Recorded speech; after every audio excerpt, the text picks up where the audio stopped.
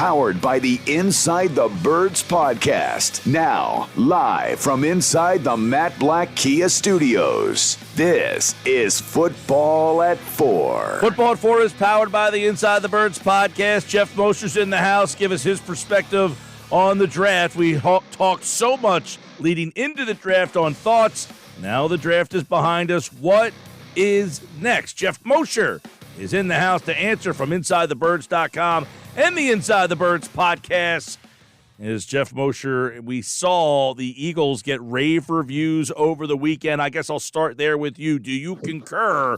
Were you maybe people don't like to grade drafts, but in terms of filling needs and making smart decisions, you don't know what's going to happen on the field. But did the behind-the-scenes guy get a passing grade for you? Yeah, I would say so. Like you just mentioned, you don't like to judge a draft because you never know what's going to happen. But I like to judge a process, an approach, a mentality. I think the Eagles had a good one going into the draft. I think the moves that they made sense, based on a lot of work that Adam and I have done, just checking in on prospects throughout the months leading up. Nobody that they drafted seemed to be a reach or out of sort of character for where they picked them. And some of the guys, you could argue, may have gone higher, or they probably had a little bit of higher rating. So all in all, good job. Obviously, the big move adding DeAndre Swift to the running back room. And if you add up all the salaries of the running backs they have right now and compare that to what Miles Sanders is making in Carolina, you can't help but say, hey, that's a pretty good move right there. Shrewd of Howie Roseman to take advantage of the Lions drafting a running back in the first round and then making Swift available. Yeah, let's start with Swift in this new running back room and what it's going to look like in your mind. I mean, first off, the deal to get Swift, and then kind of break down how he fits into the running back room. You got Sherman, you got Boston Scott, you got Kenny Gainwell, and, of course, you got Rashad Penny, and now you have Swift. So where does he fit in, and what did you think of the deal they made to get him? Yeah, well, the deal was great because it didn't really cost them a whole lot. I had mentioned to you, by the way, the last time I spoke to you heading into the draft, that I felt like Howie Roseman, even with just 5 picks at the time, had the opportunity to be aggressive when he wanted to be because he had what they assumed would be 12 picks the following year. And it turns out they did trade 2 future picks, including one to move up for Jalen Carter, and then wound up with, making more moves to get extra picks in this draft. And then, so I thought that was really interesting that Howie was able to do that. And I think that's a big part of their whole approach that weekend. And as far as DeAndre, pound for pound, from a talent standpoint, Mike, he's probably the best running back they've had over the last 4 or 5 years. I mean, certainly Miles Sanders has an explosive element to his game. We saw that more in year 1 and year 2. He became a more patient runner. But he still was frustrating at times, whether it was catching the ball or going in the Super Bowl side to side. But DeAndre Swift's a very good runner and a very good catcher of the football. So they really haven't had a guy like that. Kenny Gainwell probably has some kind of potential maybe to be that someday, and we'll see. But DeAndre Swift has been that in this league. And our guy, Sam Finkel, who does analytics on our website, InsideTheBirds.com, wrote a really interesting breakdown showing the chart, the Z-scores for DeAndre Swift, and the analytics that show that he's one of the more efficient running backs in the NFL. If you look at the production that he's got per touch based on his usage, which is not, he's not used as much as other running backs, but he's as productive, if not more, than other NFL running backs. And you would imagine here, maybe his usage will go up a little bit, but he's still surrounded by other good running backs that have to shake itself out. But he should be a guy who gives you max production without having to touch the ball, 15 to 25 times a game. Yeah, I would guess my follow-up was going to be, let's say Rashad Penny's healthy and makes it through a full season. Who is the guy who gets more usage, or is it kind of a split down the middle? It could. I think that's an answer that the coaches are looking for as the season goes on. There's no question that in Detroit, DeAndre Swift was a lot of a first and second down guy, but when they wanted short yards, when they wanted goal line yards, and they wanted tough yards, Jamal Williams got the ball. And to me, there's an opportunity here to do that as well. Now, that sort of restricts Rashad Penny to a short yardage goal line role when he has probably better talent than that. But since you asked, about him being healthy, and that's never really been his forte, is staying healthy, maybe a role like that is best for him, where he's limited to those kind of situations at the start. And if you wind up getting your, week 10 or week 11 and you're happy with him and he's healthy and you feel like he's doing just as well as Swift, if not better, then you have a great problem there, right? To figure out how to get the reps in. We always joke about those Boston Scott reps, like when do they spin the wheel and then determine when all of a sudden he's going to get into a game for that 1 or 2 reps. Well, maybe you'll have that same problem with those two guys. Yeah, well, they got another guy in the room now, so we'll see how that all plays out. We're taking a look at the draft in those rooms now. Let's get your take. Obviously, at number 10, they move up one spot, and they get the guy that many people thought was the best player in this draft, Jalen Carter. So they move up one spot. They trade a 4th-round pick to get there. The deal they make, and then Carter, and then his fit to you in this defense. Because, man, to get him at number 9 is possibly a game changer. Oh, absolutely. It's a need not just for now, but for the future. They needed to start rebuilding the interior of the D-line. Jordan Davis is not a 5 technique. He's a 0. So you definitely needed sort of that 3 to 5 technique guy, because even Fletcher Cox probably only has a year left. You lost Javon Hargrave. This guy is considered by many to be the best defensive player in the draft, maybe even the best player in the draft. And again, I think Howie Roseman and Jeffrey Lurie, Julian, all the powers that be, looked at their situation and said, we have a great locker room. We have great leaders. We have great leaders on our defensive line especially. So we can take a risk that ordinarily we would not normally take. And the Eagles have not taken character risks in the first round in quite a while. They've prioritized high character guys. But I believe that they looked at their situation, felt that they had this infrastructure to support it. And again, they have an abundance of picks next year. So that helped Howie borrow from next year. It also means that, if something goes wrong, you still have you have your 1st-round pick, your 2nd-round pick, and the Saints 2nd-round pick next year. So maybe if this kid really off the bat struggles or doesn't acclimate or is problematic, you can kind of erase your mistake, if you want to call it that way, next year. And I think that they decided I know they decided that the risk was worth taking, and they took it. And you know what? I can't knock them for it, because I would agree that they have a pretty good locker room, good infrastructure. Now it's up to them to see this thing through. When they talk about having guys like Dom DeSandro, right? Dom's gives them all the information, and they were comfortable with the information. It doesn't mean they got different information than 31 other teams. They got the same information.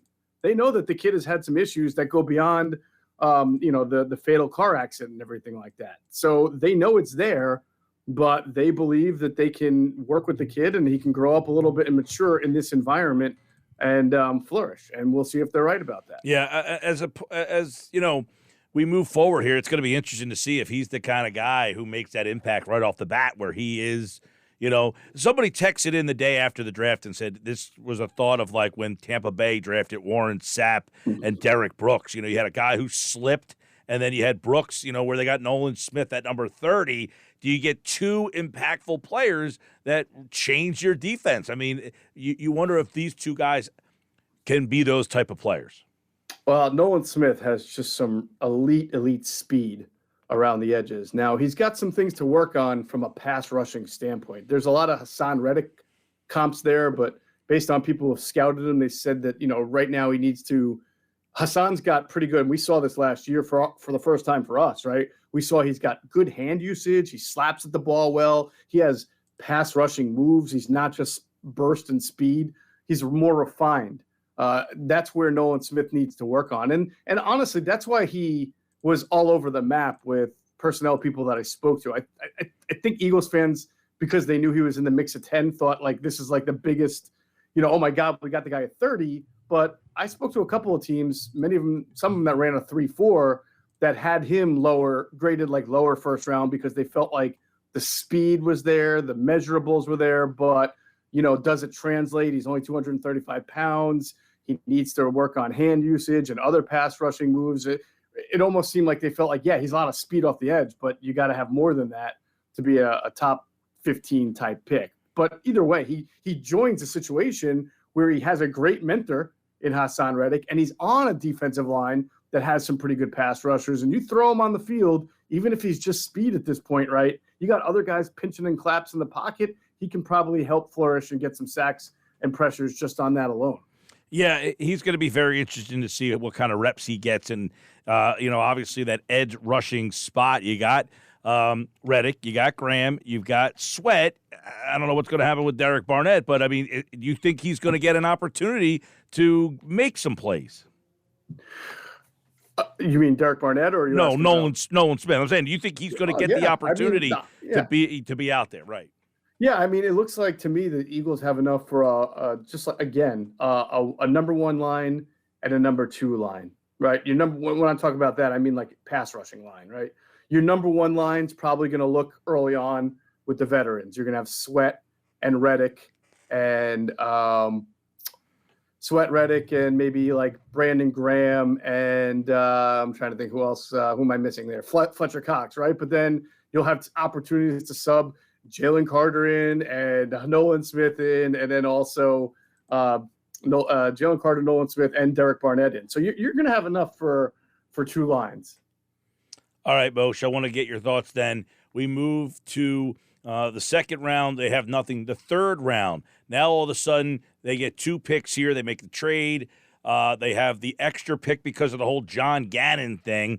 So let's go with the first guy, the guard. And you look at Tyler Steen and wonder, all right, is he now the guy who is the right guard for the Philadelphia Eagles? Or is it kind of a three-man race between Steen, Juergens, Jack Driscoll, or do you think, hey, you took a guy in the third round, he's going to be the guy?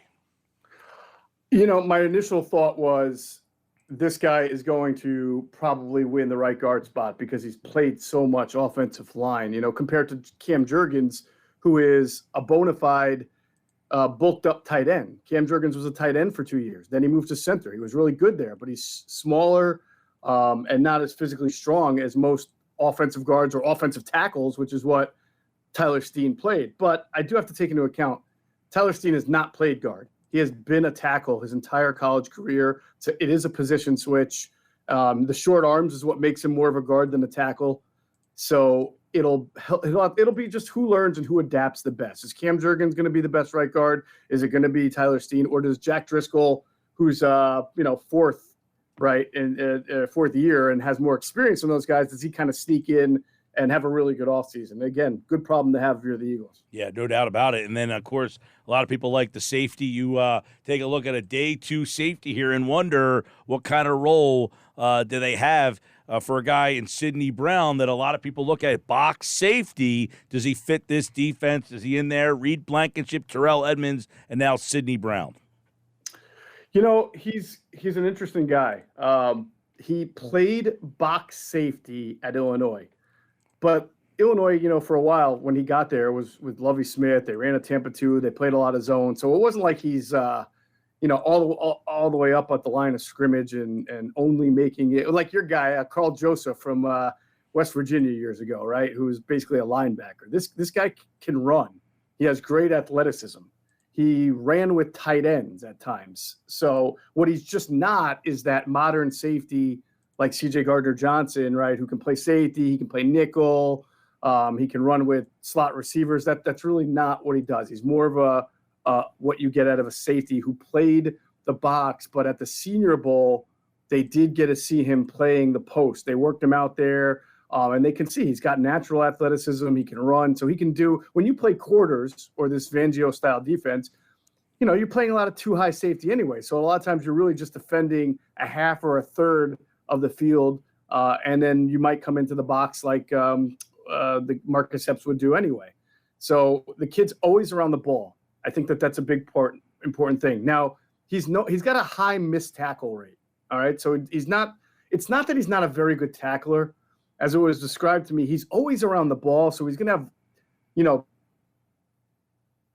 2 times more opportunities than other guys like who play linebacker and safety. And every once in a while, he's just not going to get, bring the guy down, and it's going to look like, oh, you missed a tackle. You've got more missed tackles than so-and-so, but he's going to be around the ball so much. And I think that feels like Marcus Epps to me, right? How how often did we see Marcus Epps putting a big hit on, running with somebody, making plays, but then in their worst moments, we saw the Eagles would get run on a few times and Marcus Epps or somebody else would be missing a tackle as well. Yeah, he'll be interesting. I mean, obviously, you get a guy that whole situation with the Gannon thing. I mean, that just came out of right field, and I guess Howie Roseman admitted today that he said he had nothing really to do with it. It was kind of ownership that said, "Hey, you called our guy, you tampered. What are you giving us here?" I mean, I've never seen anything like it. I have not either. That gets filed under the. I've been covering the Eagles for almost 20 years now, and yet there's still something that happens every year that never ceases to amaze me, right? Yeah. So this is definitely a new one. I know, Howie sort of gave a no comment to it. He didn't really want to talk about it. I kind of think he's just deferring to ownership on that one, or at least he's saying that. Who knows what went on? It certainly hasn't. I tell you this, for Jonathan Gannon, who did not have a great image when he left here, it couldn't have gotten. It was hard to think it could get worse, but it really has. Between the press conference where he blamed reporters for wanting him fired, which is like most of us have been more of a defender of Jonathan Gannon than calling for his firing.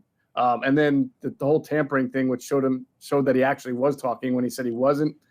Not a good look for the man. No, and he didn't talk to the media at all after the draft, so he has not had any follow-up to anything out there. Geoff Mosher, Inside the Birds, the Inside the Birds podcast. What do you know about Kelee Ringo and his impact that he could have? I mean, this is a guy that, jumps off the page in terms of the numbers, falls to the fourth round, but that's a very, they got their established starters in that room, but it's a free-for-all after that.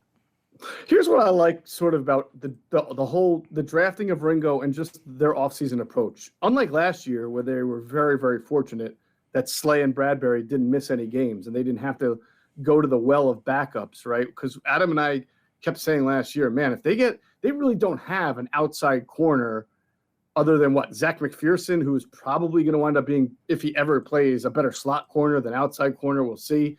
But in signing Greedy Williams and drafting Kelee Ringo, Kelee Ringo? I may be butchering his first name. I apologize. But what they did was they gave themselves two guys who have played the outside. That's what they are. They are outside corners. They're tall, lengthy corners. They have nice size.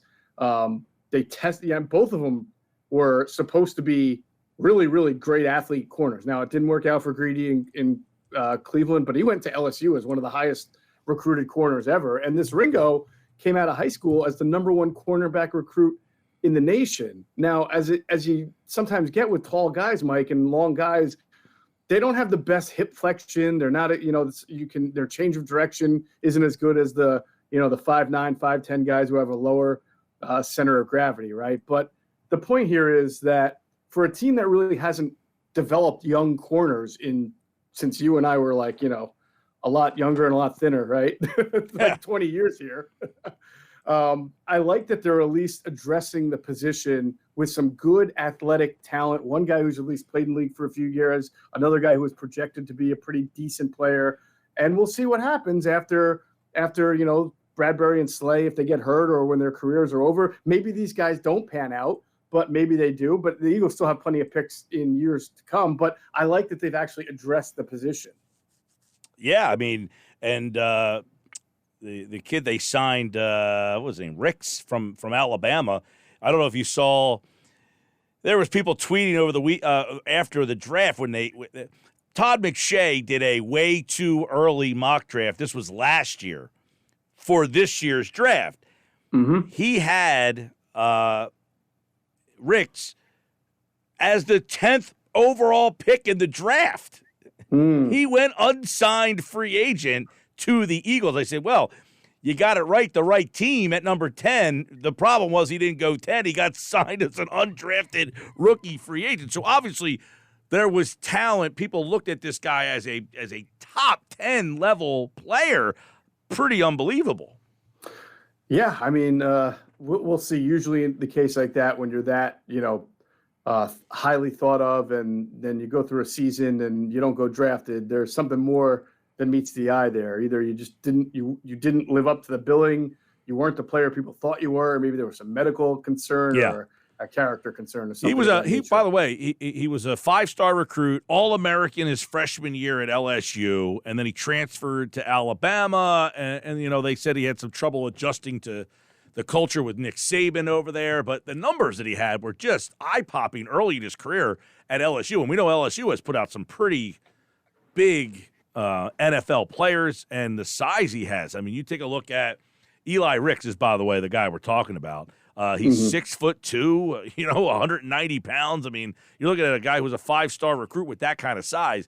You're hoping that an NFL coach says, all right, I'll take my chances with you, man, and maybe they find something there. Maybe that's their Jalen Mills, Hey, you never know. It could be. I think they would love for that were to happen, but obviously, again, you fall that low for a reason. Yeah. So he's got some stuff he's got to overcome. Geoff Mosher, Inside the Birds podcast, but he also does the Powder Blue podcast with Frank Close. Geoff Mosher, where are you hitting Bryce Harper tonight? Oh, man, we had a huge discussion about that. I mean, the Dodgers are throwing out a right-hander tonight, right? No. Julio Urias. You're right. I thought he was right-handed. Is he lefty? I'm pretty sure. Well, I would just keep Bryson Stott anyway in the leadoff hole. I think they've really takes a lot of pitches, sees a lot of pitches, fouls off a ton of pitches. So if you leave him as your leadoff as a lefty, then you're going to want Trey Turner batting second as a righty, and then you might as well have Bryce Harper there batting third with a left-handed at bat.